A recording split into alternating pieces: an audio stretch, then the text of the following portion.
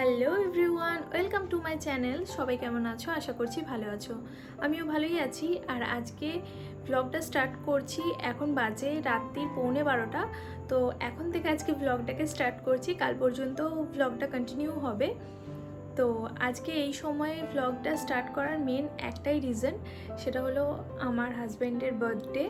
তো যেহেতু আমার হাজব্যান্ডের মা, মানে আমার শাশুড়ি মা, তো জন্মদিনটা পালন করে বাংলার ডেট হিসাবেই, তো আমিও সেটাই করছি। তো 25শে বৈশাখ আমার হাজব্যান্ডের জন্মদিন, তো সেই কারণেই আমিও ওই দিনটাকেই পালন করছি। তো কাল যেহেতু 25শে বৈশাখ, তো সেই কারণেই আজকে 12টার সময় ভেবেছি সেলিব্রেট করবো। আর আমার হাজব্যান্ড এখন বাড়িতে নেই, তো এখনও অফিস থেকে ফেরেনি। তো সেই কারণেই ভাবলাম যে এখন চলো সেলিব্রেট করার জন্য কিছু অ্যারেঞ্জমেন্ট করে নিই। ও কিছুই জানে না যে আমি এরকম কিছু করব। তো এই প্রথমবার করছি। নিজে কিছু কিছু করে অল্প স্বল্প টাকা এদিক ওদিক থেকে জমিয়ে রেখেছিলাম, তো সেটা দিয়েই অল্প কিছু অ্যারেঞ্জমেন্ট করেছি। তো আর ওর জন্য একটা সারপ্রাইজও আছে, তো দেখা যাক ওর কেমন লাগে।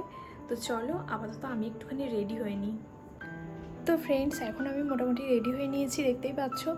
তো এই যে একটা অন্য ড্রেস পরেছি জাস্ট, আর হেয়ারটাকে কম করেছি, আর কিচ্ছু করিনি। তো এরকমভাবেই রেডি হলাম।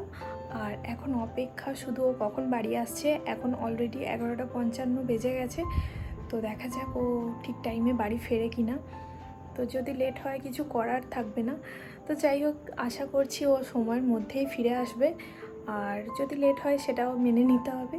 তো চলো আপাতত ও আসার জন্য ওয়েট করি। আর সেই ফাঁকে তোমাদের দেখে নিই আমি কীভাবে কি অ্যারেঞ্জমেন্ট করেছি। হঠাৎ করেই ইচ্ছে হলো যে যেই মানুষটা আমার লাইফে প্রত্যেকটা দিনকে খুব সুন্দর করে তোলে, আমার পছন্দ অপছন্দ মাথায় রেখে, তো কেননা তার জন্মদিনটা একটুখানি আমি অন্যরকমভাবে সেলিব্রেট করি। কেন কি ওর জন্মদিন সেরকমভাবে কোনো দিনই সেলিব্রেট করা হয় না। তো সেটাই আমারও খুব ইচ্ছে ছিল, বা ও চাইতো মনে মনে যে কোনো দিন না কোনো দিন ওর জন্মদিনটাও এরকমভাবে পালন করা হবে যেমনটা সবার হয়। ঠিক আছে। আজকের এই ভ্লগটাতে ইচ্ছা ছিল সমস্ত অরিজিনাল ভয়েসটা রাখার, কিন্তু ব্যাকগ্রাউন্ডে যেহেতু মিউজিক বাজছিল সেই জন্য কপিরাইট ক্লেম যাতে না আসে, তো সেই কারণেই আমি ভয়েস ওভার দিতে বাধ্য হচ্ছি। আর এখন দেখতে পাচ্ছ আমার হাজব্যান্ডকে দেখে আশা করি তোমরা বুঝতেই পারছো যে ও কতটা খুশি হয়েছে। আর প্রথমবার এরকম করে ওর বার্থডে আমি সেলিব্রেট করলাম। তো আমারও খুবই ভালো লাগছে, কেন কি যেই মানুষটা প্রত্যেক দিন বছরের পর বছর মাসের পর মাস কোনো দিনও নিজের কথা ভাবে না, শুধুমাত্র এটাই চিন্তা করে যে সে কীভাবে মেয়ে এবং বউকে ভালো রাখবে, তো আনন্দে রাখবে, সেই সমস্তই ভেবে যায় আর তাদের খুশিতেই খুশি হয়। তো তার একটা দিন আমি যদি স্পেশালভাবে একটুখানি তাকে স্পেশাল ফিল করাতে পারি, তো তার থেকে বড় ব্যাপার আমার কাছে মনে হয় না আর কিছু আছে। তো সেই কারণেই ইচ্ছে ছিল বহুদিনের, কিন্তু ইচ্ছে থাকলেই যে সময় সব সময় সাথ দেয় তেমনটা না। তো সেই কারণেই আমার ইচ্ছেটা অনেক দিন ধরেই পূরণ হয়নি। তো আজকে সেই ইচ্ছেটা আমার পূরণ হয়েছে। তো আমি যেরকম খুশি, আমার হাজব্যান্ডও প্রচণ্ড খুশি ছিল। তবে এই সময় মেয়ে ঘুমিয়ে গিয়েছিল, যার জন্য ওর আর এই মুহূর্তটাকে এনজয় করা হয়নি, যার কারণে আমার হাজব্যান্ডেরও একটুখানি খারাপ লাগছিল ওকে ছাড়া কেক কাটতে। তো আমি ওকে বুঝিয়ে বলাতে ও বুঝলো এবং কেক কাটতে রাজি হলো। তো এখন এই যে দেখতে পাচ্ছ, ও তো পুরো সারপ্রাইজড হয়ে গেছে, কেন কি আমার একটা কানের দুল ছিল যেটা এক্সচেঞ্জ করে আমি ডায়মন্ডের ইয়াররিংটা নিয়েছিলাম পরবো বলে। তো ওকে এটাই বলেছিলাম, কিন্তু আমি নিজে জানতাম যে ওটা আমি ওর জন্যই নিচ্ছি, কেন কি ওর অনেক দিনের ইচ্ছে ছিল। তো আর দুটো একসাথে নিয়েছি এই কারণেই যে ভবিষ্যতে এটা আমরা সবাই ইউজ করতে পারবো, এমনটা না যে ও একাই ইউজ করতে পারবে। তো সব কিছু মাথায় রেখেই আমাদের মধ্যবিত্ত ফ্যামিলিতে সব কিছু করতে হয়।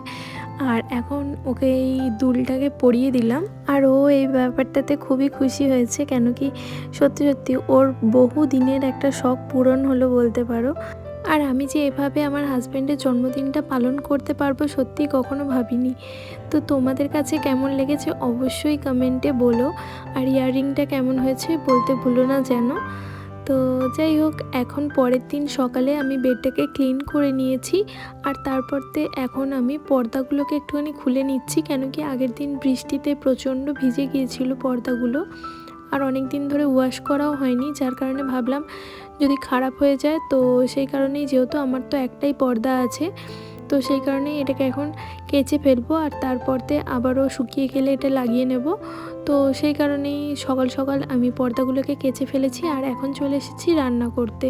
তো আজকে চিকেন, আলু পোস্ত, ডাল আর ভাত রান্না করব, বিশেষ কিছু রান্না করছি না, কেন কি আমার হাজব্যান্ড আজকে অফিসে গেছে, কোনো রকম ছুটি পায়নি। যদি ছুটি পেত তাহলে হয়তো বেশি কিছু রান্না করার চেষ্টা করতাম। তো আর এমনিতেও আমার হাজব্যান্ড খুব বেশি রান্না, মানে অনেকগুলো পদ একসাথে খেতে খুব একটা পছন্দ করে না। তো যার কারণে আমাকে একটুখানি অল্প স্বল্পই রান্না করতে হয়।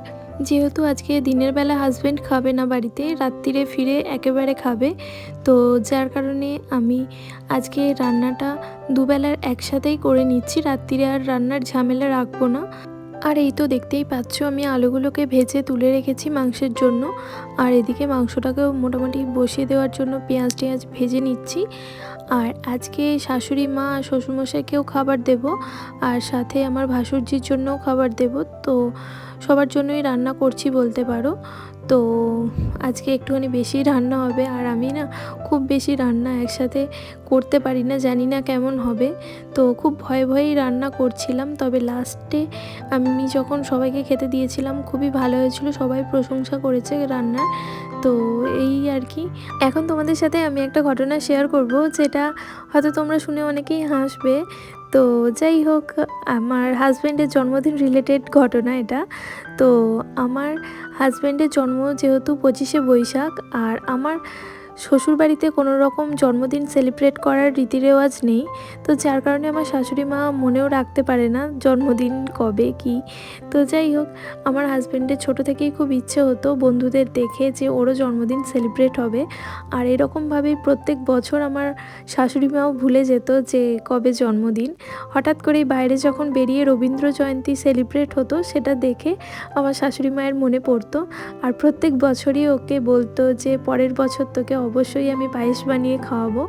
তো এরকমই হতে থাকতো, কোনো দিন আর সেটা পূরণ হয়নি। তো সেই কারণেই এবছর আমি ভাবলাম যে ওর জন্য একটুখানি পায়েস বানাই। তবে আমি একটুখানি ভয়ে ভয়েই ছিলাম, যেহেতু আমাদের শ্বশুরবাড়িতে সেরকমভাবে পায়েস বানিয়ে জন্মদিন সেলিব্রেট খুব একটা হয় না। তবে হাজব্যান্ডের খুবই ইচ্ছা ছিল, যার কারণে আমি আগের দিনকেই পায়েসটা বানিয়ে রেখেছিলাম আর ওটাকেই ওকে দিয়েছিলাম। আর মনের মধ্যে যেহেতু খুঁতখুঁতুনি ছিল, তো সেই কারণেই ভাবলাম যে আগে ওকে না দিয়ে সবার আগে আমি আমার মেয়ে, আমার ভাসুরজি এবং শাশুড়ি মা শ্বশুরমশাইকে দিয়েছিলাম, তাহলে আমার পারপাসটাও সলভ হয়ে গেল, ওকে পায়েস খাওয়ানোও হলো। আর ওর জন্মদিন উপলক্ষে আমি পায়েসটাও রান্না করলাম না, ওর আগে সবাইকেই খাইয়ে দিয়েছিলাম। তো এতে করে মনের খুঁতখুঁতুনিটা কিছুটা হলেও কেটে গিয়েছিল। আর এই সব কিছু মিলিয়ে আমার শাশুড়ি মা, শ্বশুরমশাই এবং আমার হাজব্যান্ড সবাই খুব খুশি হয়েছিল। আর এই পুরো ব্যাপারটা করতে পেরে আমার বেশি খুশি হচ্ছে। আর সত্যি কথা বলতে কি, একজনকে খুশি দিতে যেয়ে যে আমি সত্যি সত্যি এতজনকে খুশি করতে পারবো, সেটা আমি আগে ভাবিনি। আর আগে হতো কি, সমাজের কথা ভেবে আমি অনেক কিছু করতে পারতাম না, তবে এখন চেষ্টা করি সমাজের কথা এড়িয়ে চলার। আর এইভাবেই এই যে আজকে ঠাকুরের কাছে পূজা দিলাম, আর হাজব্যান্ডের জন্য স্পেশালি আজকে অনেক প্রার্থনা করলাম। তো আশা করি আমার ঠাকুর আমার মনস্কামনা পূর্ণ করবে। সারাদিনে আর ভ্লগ করতে পারিনি, রাত্রিবেলা হাজব্যান্ড ফেরার পরতে ও কিছু গিফট পেয়েছে, সেগুলোই খুলে দেখছিলাম আর তোমাদের সাথেও শেয়ার করলাম। তো যাই হোক, আজকের ভ্লগটা এই পর্যন্তই। যদি ভালো লাগে অবশ্যই লাইক করো, চ্যানেলটা সাবস্ক্রাইব করতে ভুলো না, কমেন্টে জানিও আমার ভ্লগ তোমাদের কেমন লাগছে। আর দেখা হবে নেক্সট ব্লগে, ততক্ষণের জন্য সবাই ভালো থাকবে, সুস্থ থাকবে। আজকের মতো টাটা।